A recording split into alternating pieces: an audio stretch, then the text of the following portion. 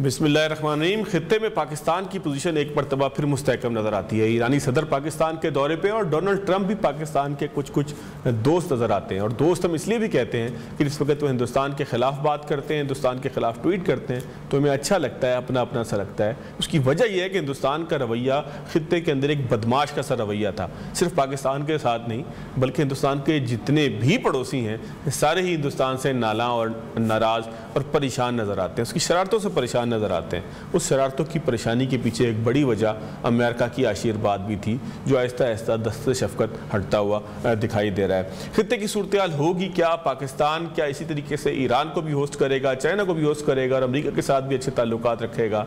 क्या सूरत हाल आगे बनेगी? पाकिस्तान के पास कितनी बड़ी अपॉर्चुनिटी है, कितनी बड़ी अपॉर्चुनिटी की विंडो है, बात करेंगे आज के प्रोग्राम में। हमारे साथ प्रोग्राम के आखिरी हिस्से में पाकिस्तान के साबिक सफ़ीर हैं अमेरिका में सरदार मसूद खान साहब, वो भी मौजूद होंगे। लेकिन प्रोग्राम के पहले हिस्से में हमारे साथ सैयद मोहम्मद अली साहब हैं, आलमी अमूर के ऊपर जो है वो गहरा तबसरा तजिया करते भी हैं और राय भी रखते हैं। डॉक्टर कमर चीमा साहब ने भी हमें ज्वाइन किया है। आप दोनों मेहमानों का शुक्रिया। सैयद मोहम्मद अली साहब, सर आप ही फरमाइएगा। सर, सूरत हाल ये है कि इस वक्त ईरान के सदर पाकिस्तान के दौरे पर हैं, चाइना भी जो है वो आर्मी चीफ कुछ दिन पहले गए थे, अमेरिका के साथ भी ताल्लुकात बेहतर होते हुए दिखाई दे रहे हैं टैरिफ के मामलात पे और दीगर मामलात पे भी। तो सर, आने वाले दिनों के अंदर पाकिस्तान की खित्ते के अंदर ज़रूरत, अहमियत, इसको आप कहाँ खड़ा देखते हैं? बहुत शुक्रिया जी। मैं समझता हूँ जी, देखें इसकी पीछे 4 बुनियादी वजूहात हैं। सबसे इम्पोर्टेंट वजह यकीनी तौर पे पाक भारत जो हालिया जंग है और पाकिस्तान ने जो भारत को इतनी बर्दाश्त शिकस्त इतने कम वक्त में इतने इंटेंस ऑपरेशन के नतीजे में दी, यकीनी तौर पे उसने दुनिया को भी हैरान किया है और भारत की जो हकीकत है उससे भी बेहतर और हकीकत पसंदाना अंदाज में दुनिया ने उनको समझा है। लेकिन साथ ही साथ पाकिस्तान की सिफारतकारी का भी इसमें बड़ा अमल दखल है। आप जानते हैं कि इस तनाव और कशीदगी और तनाज़े के दौरान हमारे जो वज़ीर ख़ारजा हैं उन्होंने तकरीबन कमोबेश 100 ममालिक के लीडरान से बात की और उनको एतमाद में लिया और सिचुएशन के बारे में आगाह किया। उसके अलावा पाकिस्तान ने आलमी बरादरी में मुख्तलिफ जो इलाकाई तनाज़ात हैं, अभी हाल ही में आप जानते हैं कि हमारे वज़ीर ख़ारजा की जो मुलाकात हुई है अमरीकी वज़ीर ख़ारजा से, उसमें उन्होंने भी इसका एतराफ़ भी किया और शुक्रिया भी अदा किया कि मशरिक़ वुस्ता में भी तनाव और कशीदगी कम करने में पाकिस्तान ने अहम किरदार अदा किया है।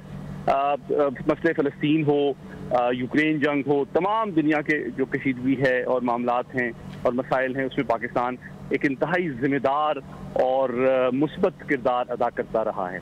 और तीसरा पहलू ये है कि इस पाक भारत जंग के दौरान और इसके बाद भी भारत ने जो झूठे इल्ज़ामात लगाए, दावे किए, वो भी बैनुल-अक़वामी मीडिया और आलमी बरादरी ने यकसर तौर पे रिजेक्ट किए। और पाकिस्तान का मौक़िफ़, जिस तरह आज अभी रॉयटर्स की भी स्टोरी आई है जो कि बरतानिया की सबसे बड़ी खबर रसाई एजेंसी है, वो इस बात का सबूत है कि आलमी बरादरी और आलमी मीडिया पाकिस्तान के मौक़िफ़ पे को ट्रस्ट भी करता है और उसको सराहता भी है, उसको बयान भी करता है।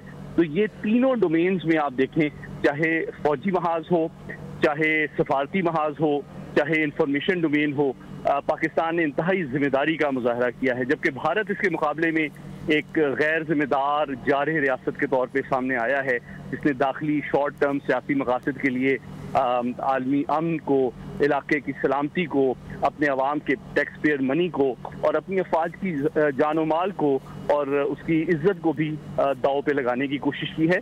और फिर साथ ही साथ आप जानते हैं कि हाल ही में भारत जो है वो मुलविस रहा है अपने सिख मुखालफिन की आलमी सतह पे हलाकत के लिए इंटेलिजेंस एजेंसी को इस्तेमाल करने के लिए।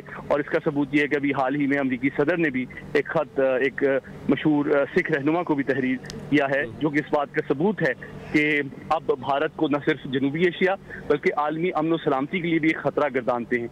आखिरी वजह जो है वो ये है कि यूक्रेन जंग में अमेरिका की पॉलिसी रही है कि भरपूर दबाव डाला जाए माशी सतह पे और आइसोलेट किया जाए रूस को।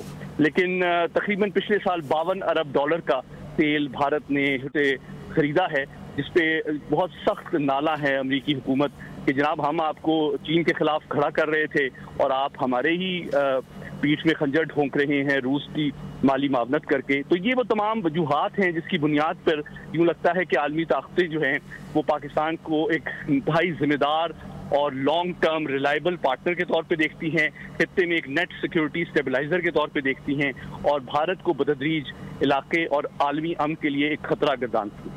मोहम्मद अली साहब हमारे साथ ही रहिएगा, ज़रा कमर चीमा साहब की तरफ मुझे जाना है। चीमा साहब, जो सूरत हाल इस वक्त पाकिस्तान की देख रहे हैं, जो पाकिस्तान को एक पजीराई हासिल हो रही है सर आलमी महाज पर, ये कितनी देर पर आपको महसूस हो रही है? क्या पाकिस्तान अपने बाकी प्यादे अब ठीक तरीके से चला रहा है कि तमाम लोगों के साथ मुस्तकबिल में चल सके? क्योंकि हम तो सुनते थे कि शायद पाकिस्तान कहीं पे माशी कमज़ोरी की वजह से आइसोलेट हो गया है। देखिए जवाहर साहब, बात यह है कि 250 मिलियन लोगों का मुल्क हो और हम अपने आप को प्रॉपर्ली मार्केट ना कर सकें, तो मैं नहीं समझता कि हमारे पास पोटेंशियल की कमी है। हमारा मसला जो मेन है वो है पॉलिटिकल अनसर्टेनिटी। हमें उसको ख़त्म करना है और ऐसे लोग जो हर कुछ अरसे बाद पॉलिटिकली अनसर्टेन एनवायरनमेंट क्रिएट करने की कोशिश करते हैं, उनको इग्नोर करना है, उनको अंडरमाइन करना है, ताकि हमारी डायरेक्शन ठीक रहे। एक बात तो ये हो गई।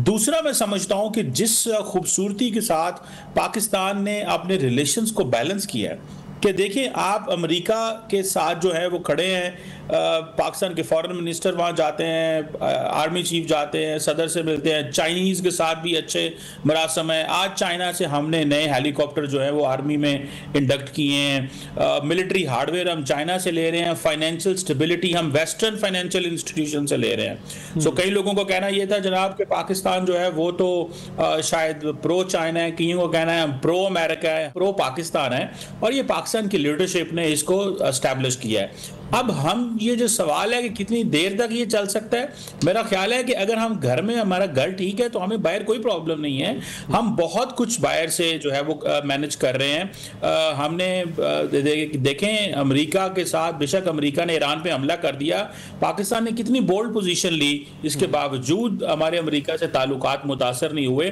बिकॉज हम अमेरिका के साथ शराकतदार हैं। हम उनके साथ जो ट्रांसनेशनल टेररिस्ट थ्रेट है उसको काउंटर करने में, एलिमिनेट करने में हमारा बहुत इंपॉर्टेंट किरदार है।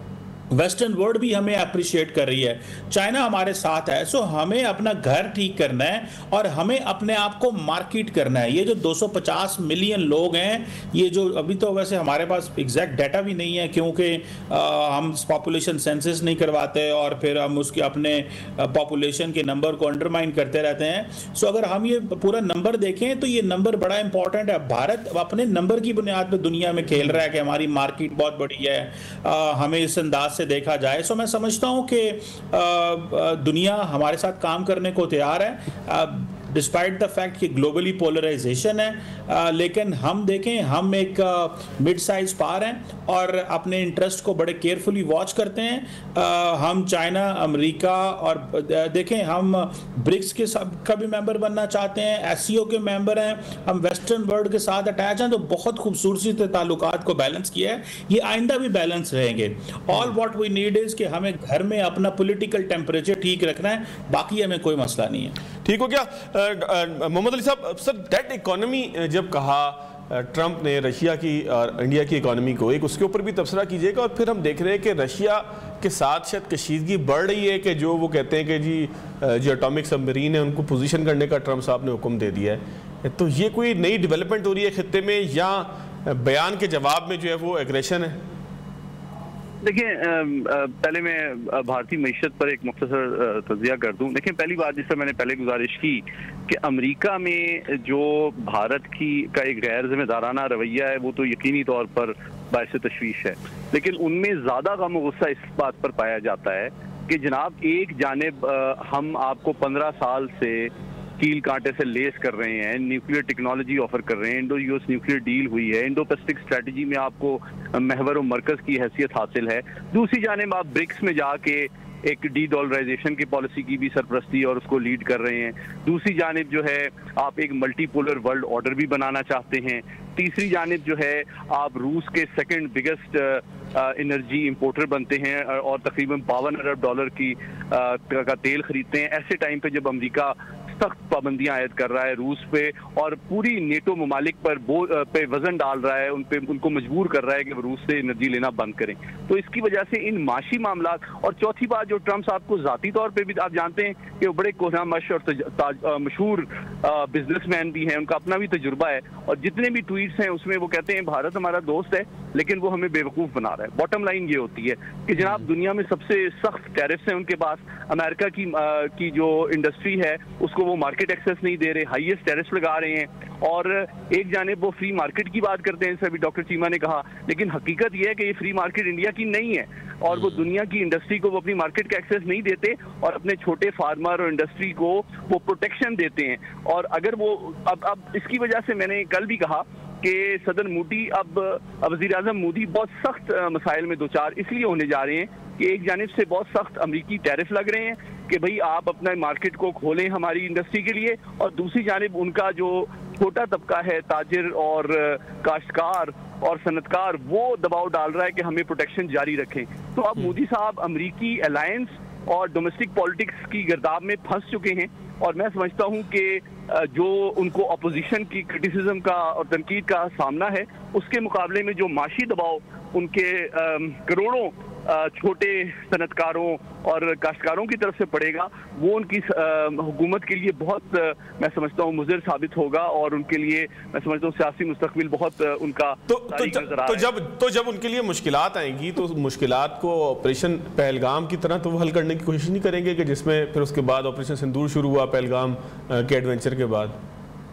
जी बिल्कुल, आपने बहुत अहम सवाल किया। मैं समझता हूँ कि ये यकीनी तौर पर पिछले आप 27 साल में देखें बीजेपी की ये पॉलिसी रही है कि सियासी मकासद के लिए जब वो गवर्नेंस और माशी जो फ़वायद हैं वो आवाम को पहुँचाने में नाकाम रहते हैं तो फिर वो इसी तरह की एक डाइवर्जन क्रिएट करते हैं, कोई फॉल्स फ्लैग ऑपरेशन करते हैं या झूठा बयानियाँ बनाते हैं, पाकिस्तान मुसलमानों को का नफरत का वोट भी लेना चाहते हैं, और माशी और सियासी हकायक से लोगों को गुमराह करने के लिए दाखिली सतह पे और आलमी बरादरी की तवज्जो जो मकबूजा कश्मीर की ह्यूमन राइट सिचुएशन है उससे मबसूल करने के लिए वो इस तरह के फॉल्स फ्लैग ऑपरेशन या झूठे नैरेटिव का सहारा लेते हैं। लेकिन मैं समझता हूँ अब बतदरीज दुनिया को हकीकत समझ आ रही है और आलमी मीडिया ने वैसे ही भारतीय मौक़िफ़ जो है तमाम तर इन्वेस्टमेंट और सफारती कोशिशों के बावजूद यकसर तौर पर रिजेक्ट कर दिया है। सर, रशिया के हवाले से आप क्या कहते हैं? कोई अमेरिका के रशिया के साथ ताल्लुकात मज़ीद ख़राब होते हुए दिख रहे हैं कि जब एटॉमिक सबमरीन मूव होना शुरू हो जाए? देखिए, मैं समझता हूँ कि सदर ट्रंप ने डेफिनेटली अपने सियासी कैंपेन में और शुरू के दिनों में पूरी कोशिश की कि रूस के साथ ताल्लुकात को बेहतर बनाया जाए, बल्कि जो उनके सियासी मुखालफीन हैं वो अमरीकी सियासत में उनको इल्ज़ाम लगाते थे कि ये तो बहुत ज़्यादा करीब हो रहे हैं रूस के। तो मेरा ख्याल है जो उनकी खुशफहमी या तवक्को थी कि वो यूक्रेन जंग बंद कराने में कामयाब हो जाएंगे या मसाइल रूस से हल हो जाएंगे, तो उसमें उनको खातिर-ख्वाह कामयाबी नहीं हुई है। तो अब उन्होंने सख्त मौक़िफ़ अपनाया है और आप देख रहे हैं कि वो ममालिक जो कि रूस से तिजारती रवासिम या एनर्जी कॉपरेशन कर रहे हैं उन पर दबाव भी बहुत ज़्यादा बढ़ा रहे हैं, और साथ ही साथ उन्होंने जो है पहले जिस तरह यूक्रेन पे वो दबाव डाल रहे थे वो भी कम कर दिया है, और साथ ही उन्होंने अपना डिफेंस और स्ट्रेटेजिक पोस्चर भी चेंज किया है और ज़्यादा अग्रेसिव जो है उन्होंने अपनी डिप्लॉयमेंट शुरू की है, क्योंकि अब यूँ लगता है कि वो उनको इसकी एक और वजह भी है। इसकी एक बड़ी वजह मगरबी यूरोप में एक अनसर्टेनिटी पैदा हो रही थी, बेयकीनी पैदा हो रही थी कि भाई ये अमेरिका तो हमें रूस के खिलाफ सिक्योरिटी दे रहा था, तो अब खुद रूस से दोस्ती कर रहा है, तो हमें तो फिर अपने पाँव पे खड़ा होना पड़ेगा और अमरीकी सरपरस्ती से निकलना पड़ेगा। तो ये चीज़ भी अमरीकी खारजा पॉलिसी और आलमी मफादात के खिलाफ थी कि अगर हम रूस से बहुत दोस्ती कर ली तो कहीं मगरबी ममालिक जो हैं वो फिर हमारे ज़ेर असर नहीं रहेंगे। ठीक है चीमा साहब, यही सवाल मैं आपकी तरफ भी लेकर आऊँगा कि जितना प्रेशर इस वक्त मोदी साहब के ऊपर आ रहा है कि वो उनकी तकरीर के दौरान क्या कुछ होता रहा, फिर उसके बाद आपने देखा कि एक नैरेटिव जो पिछले 14-15 साल में शायद मोदी को इतना सख्त जो है वो सामना करना पड़ा होगा इंडियन नेशनल कांग्रेस का और अपनी अपोजिशन का कि अरकान असम्बली ये सबूत लेकर आ जाएं कि हमने जहाज़ खुद गिरे हुए देखें। तो सर, इतने प्रेशर को कैसे मोदी साहब सस्टेन करेंगे कि जब ट्रंप भी नाराज़ हैं और ट्रंप भी जो है वो बड़े सख्त किस्म के ट्वीट कर देते हैं? देखिए, मुझे ऐसे लगता है कि ये जो ट्रंप का ये जो इंडिया के खिलाफ ये जो बयानबाजी है ये नरेंद्र मोदी के हक में जाएगी, अच्छा, देखिए नरेंद्र मोदी जो है वो जैसे एंटी पाकिस्तान सेंटीमेंट्स की बुनियाद रखी, अब वो एंटी यूएस सेंटीमेंट्स की बुनियाद रखेंगे। देखिए आपको हमारे यहाँ पे बड़ा अच्छा लगता है इस डेवलपिंग वर्ल्ड साउथ एशिया में जहाँ पे हम रहते हैं, हम ये यहाँ पे लीडरशिप जब कहती है ना बैरूनी साजिशों को हम कामयाब नहीं होने देंगे और हमारे खिलाफ ये साजिश हो रही है, वो साजिश हो रही है। मैं आपको मिसाल देता हूँ, आपको पता है कि कनाडा के अंदर लिबरल पार्टी जो बड़ी अनपॉपुलर थी जस्टिन ट्रूडो की लीडरशिप में, वो हारा हुआ इलेक्शन दोबारा जीत गई बिकॉज उन्होंने एंटी ट्रम्प स्टांस ले लिया अपने इलेक्शन के दौरान। ये भी 2-3 माह पहले की बात है और वो पार्टी फिर जीत गई, हालांकि वो इंतहाई अनपॉपुलर थी। क्यों? कि उन्होंने ट्रम्प के खिलाफ इनिशिएटिव लिया। मुझे ऐसा लगता है कि नरेंद्र मोदी इस चीज को देखेंगे कि ट्रम्प कितना लंबा जाते हैं। वो कि इंडिया को इस चीज का भी अंदाजा है कि ये जो पिछले 20 साल में इंडिया अमेरिका की पार्टनरशिप है वो इंडिया के लिए बहुत इंपॉर्टेंट रही है और वो अपना स्ट्रेटेजिक पोस्चर नहीं बदलेंगे। लेकिन अगर ट्रंप ने इस चीज को थोड़ी जारी रखा तो उम्मीद ये की जाती है, जैसे फॉर एग्जांपल आप बीजेपी के जो सोशल मीडिया हैंडल्स हैं उनको देखना शुरू करें तो आपको पता चलेगा कि वो एंटी यूएस सेंटीमेंट्स फैला रहे हैं। अभी पार्टी गवर्नमेंट नहीं करती, एमईए नहीं, कुछ मिनिस्ट्री ऑफ एक्सटर्नल अफेयर कुछ नहीं बोलती, रूलिंग पार्टी के जो लोग हुकूमत के अंदर है वो कुछ नहीं बोलते, लेकिन रूलिंग पार्टी के social media handles anti American sentiments अभी बेच रहे हैं और ये कुछ देर से ऐसे चल रहा है। तो मुझे ऐसा लगता है कि Narendra Modi anti US sentiments फैलाने में कोई देर नहीं लगाएंगे और उनको वो इसको अपॉर्चुनिटी समझेंगे कि ठीक है मैंने पाकिस्तान के खिलाफ बहुत कुछ किया, मैं अमेरिका के खिलाफ खड़ा हो गया हूं, मैं दुनिया के खिलाफ खड़ा हो गया हूं। वो उसका शॉर्ट टर्म नुकसान भी हो सकता है, लॉन्ग टर्म भी नुकसान भी हो सकता है, लेकिन याद रखें वेस्टर्न वर्ल्ड को भी इंडिया जितनी बड़ी मार्केट है ये मार्केट चाहिए, वो इस मार्केट को छोड़ नहीं सकते। और देखें 2005 से लेकर 2025 तक एक जेन्युइन सॉलिड अमेरिका की तरफ से सपोर्ट आई है इंडिया को। गो के अभी अमेरिकन बड़े परेशान हैं इंडिया की वजह से, क्योंकि इंडिया बहुत ज़्यादा बात करता है मल्टीलैटरलिज्म की और इंडिया कहता है कि अमेरिका की पावर भी कम हो और इस सिलसिले में वो चाइना और बाकी ममालिक को तो टारगेट करते हैं, वो अमेरिकन को भी टारगेट करते हैं। तो अमेरिकन बेसिकली रिविजिट कर रहे हैं अपने आप को कि हमें इंडिया के साथ कैसे चलना है, लेकिन नरेंद्र मोदी भी रिविजिट कर सकता है और उसने अगर ये एंटी ट्रम्प सेंटीमेंट्स को बेचना शुरू कर दिया इंडिया के अंदर तो याद रखिए एक बड़ा तबका राइट विंग जो नेशनलिस्ट है, प्रो मोदी मीडिया, ये सारे का सारा एक डिफरेंट इंफ्रास्ट्रक्चर एनवायरनमेंट बना देंगे। और ये भी है, देखिए इंडिया $4 ट्रिलियन की इकोनॉमी है, 192 अरब डॉलर की बायलैटरल ट्रेड है अमेरिका के साथ। अगर ये चीजें हो भी जाती हैं तो इतना इंडिया को भी कोई लंबा चौड़ा नुकसान शायद ना हो, लेकिन सवाल ये है कि नरेंद्र मोदी क्या ये करेंगे या के वक्त का इंतजार करेंगे या वो सॉफ्ट रहेंगे, ओनली टाइम विल टेल, लेकिन वो ये चीज भी कर सकते हैं। चलें, बहुत शुक्रिया कमर चीमा साहब सर आपके वक्त का, डॉक्टर साहब सैयद मोहम्मद अली साहब सर आपके वक्त का। नाज़रीन एक ब्रेक लेंगे, ब्रेक के बाद आगे की तरफ चलेंगे। ब्रेक के बाद खुशामदीद। अमेरिका में पाकिस्तान के साबिक सफ़ीर सरदार मसूद खान साहब हमारे साथ मौजूद हैं। सरदार साहब बहुत शुक्रिया आपके वक्त का। सर बदलती हुई सूरत हाल है, ईरान के सदर पाकिस्तान में मौजूद हैं, अमेरिका भी पाकिस्तान को थपकी दे रहा है या जो है वो हम ये समझते हैं कि थोड़ी सी लिवरेज दे रहा है, ब्रीथिंग स्पेस दे रहा है, क्योंकि इंडिया के साथ जो है वो अमेरिका के ताल्लुकात बिगड़ते हुए नज़र आ रहे हैं और इंडिया के मामलात भी जो है वो बड़े वाज़ेह हैं कि रशिया के साथ उसका पूल हमेशा से रहा है, उसके दिफाई हथियारों से लेके उसकी ऑयल परचेज तक। तो बदलते हुए जो सारी सूरत हाल है सर, इसमें पाकिस्तान को सफारती महाज पर आप कहाँ खड़ा देख रहे हैं? अमेरिका के साथ हमारी मोहब्बत कितनी देर पा हो सकती है और फिर ईरान का दौरा, ईरानी सदर का दौरा, फिर पाकिस्तान के चाइना के साथ ताल्लुकात, इन तमाम चीज़ों में पाकिस्तान क्या अपने पत्ते अपने मोहरे ठीक चला रहा है सर? आपने बहुत से अहम सवालात उठाए। सबसे पहले तो मैं ये कहूँगा कि जो ही सदर ट्रंप आए तो उसके बाद हमारे उनके साथ राब्ते हुए और वो मुस्बत साबित हुए, बराबर साबित हुए। यानी मैं कह रहा हूँ कि जनवरी से लेकर जो मई में हिंदुस्तान और पाकिस्तान के दरमियान जंग हुई थी और वो भी कामयाब हमारे राब्ते थे, क्योंकि हमारा जो F-16 सस्टेनमेंट पैकेज था वो रिलीज़ हुआ, जो उसकी मजमूई मालियत कोई तकरीबन 397 मिलियन के करीब थी, $397 मिलियन के करीब थी, जो बड़े अरसे से रुकी हुई थी। और दूसरा ये है कि कांग्रेस के मुश्तरका इजलास में सदर ट्रंप ने हमारी तारीफ़ की। हमने दहशतगर्दी के सिलसिले में जो उनका हाथ बटाया, दहशतगर्दी के ख़ात्मे के लिए जो हाथ बटाया, उसमें उन्होंने उनका हमारा शुक्रिया अदा किया। तो एक किस्म का मैं समझता हूँ कि एक राह हमवार थी, लेकिन जो मई में पाकिस्तान और हिंदुस्तान के दरमियान जंग हुई, उसने पूरे का पूरा नक्शा पलट के रख दिया, क्योंकि भारत को न सिर्फ शिकस्त हुई बल्कि उसकी सफारती हजीमत भी हुई। पाकिस्तान ने सफारती आदाब को मलहूज़ ख़ातर रखते हुए अमेरिका का शुक्रिया अदा किया, सदर ट्रंप का शुक्रिया अदा किया, हमारे वज़ीर आज़म ने किया, और इस वजह से पाकिस्तान की वाशिंगटन में कदर कीमत बढ़ गई। और फिर यह है कि जो भारत ने झूठ का सहारा लिया, ये कहा कि अमेरिका का कोई इसमें रोल नहीं था, हालांकि नायब सदर जेडी वैंस और मार्को रूबियो मुसलसल दिल्ली के साथ राब्ते में थे, उनकी क़यादत के साथ राब्ते में थे।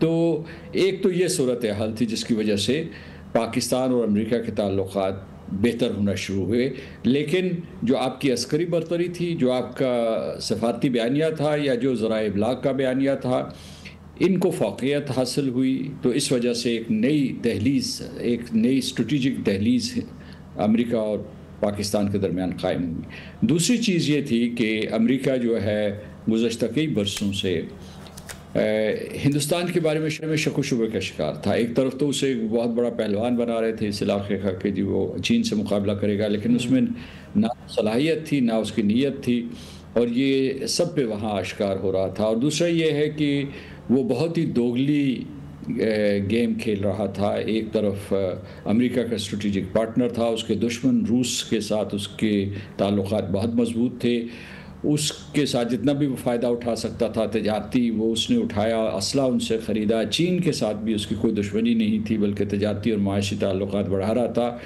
और जो जनूबी साउथ है, ये जनूबी ग्लोबल साउथ जिसे कहते हैं, ग्लोबल साउथ, उसमें भी के ज़रिए अमेरिका को ललकार रहा था। तो ये हुआ हिंदुस्तान से मामला। हमारे जो थे बड़े अरसे से कोशिश हो रही थी, मैं गुज़श्ता बरस तक अमेरिका में सफ़ीर था, और हम ये मुसलसल कोशिश कर रहे थे कि अमेरिका और पाकिस्तान के दरमियान ताल्लुकात बहाल हों, रिकैलिब्रेट हों, रीसेट हों, हम नए हालात में नई तरजीहात के मुताबिक अपने ताल्लुकात को इस्तवार करें। अल्हम्दुलिल्लाह ये सदर ट्रंप के दौर में हमें कामयाबियाँ नसीब हुई हैं। तो आपके सवाल का जवाब ये है कि ये जो इस वक्त पेशरफ्त हुई है वो सिर्फ टैरिफ्स तक महदूद नहीं है, वो सिर्फ तेल के ज़खायर महदूद नहीं है, उसकी जो है एक स्ट्रेटेजिक डायमेंशन है। ये अमेरिका ने बिलाखिर तस्लीम किया है कि पाकिस्तान इस खत्ते का अहम तरीन मुल्क है। मैं जिस खत्ते की बात कर रहा हूँ वो है मग़रबी एशिया, वस्ती एशिया, मशरक़ वस्ता, और उसके अलावा जो है शुमाली अफ्रीका, ये पूरे का पूरा खत्ता, और उसमें जनूबी एशिया भी शामिल है, क्योंकि जनूबी एशिया पाकिस्तान के बग़ैर मुकम्मल नहीं होता।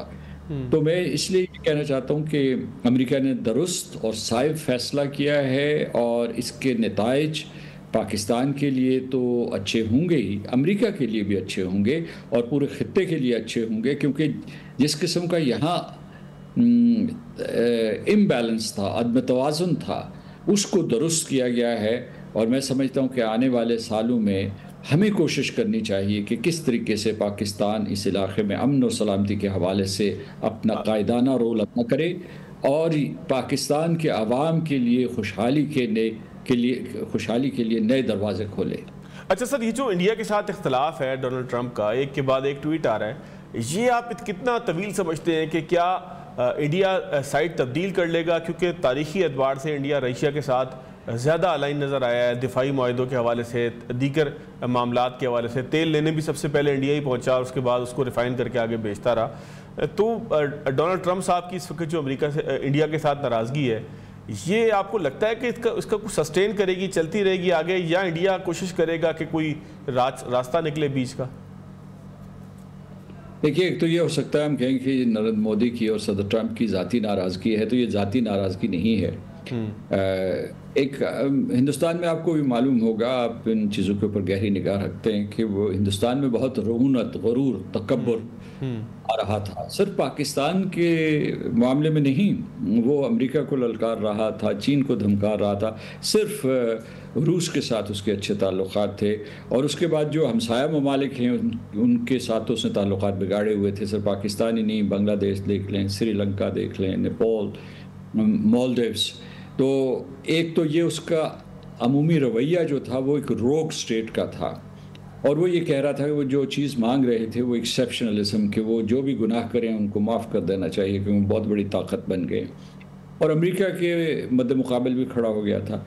लेकिन दूसरा जो है, जो मैं चीज़ जिसकी तरफ आपकी तवज्जो दिलाना चाहता हूँ कि इनके इख्तलाफात अब इंस्टीट्यूशनल हो गए हैं, यानी ये सिर्फ दो कायदीन तक महदूद, दो कायदीन की ज़ातों तक महदूद नहीं हैं, क्योंकि जो नरेंद्र मोदी है उसने F-35 नहीं ख़रीदा, उनके जो अमेरिका से रियायत हासिल करते हैं उनकी आशीर्वाद लेते हैं, और उसके बाद आलमी मंडियों से जो है जो असला व बारूद ख़रीदते हैं अमेरिका से नहीं ख़रीदते, अमेरिका से मोस्ट सेंसिटिव टेक्नोलॉजी लेते हैं, लेकिन जो है उसको फिर बाद में इंडिजनाइज करने की कोशिश करते हैं। तो अमेरिका का जो मिलिट्री इंडस्ट्रियल कॉम्प्लेक्स था उसको एहसास हो रहा था कि भारत उनका सही क्लाइंट नहीं है। तो इस किस्म के बहुत से अनासर हैं। दूसरा ये है कि भारत को के ऊपर इन्हिसार करके वो चीन को कैसे शिकस्त दे सकते थे, क्योंकि ना तो चीन के ऊपर हमला करना था और ना इसके बारे में उनकी कोई ताकत थी, ना कोई नीयत थी।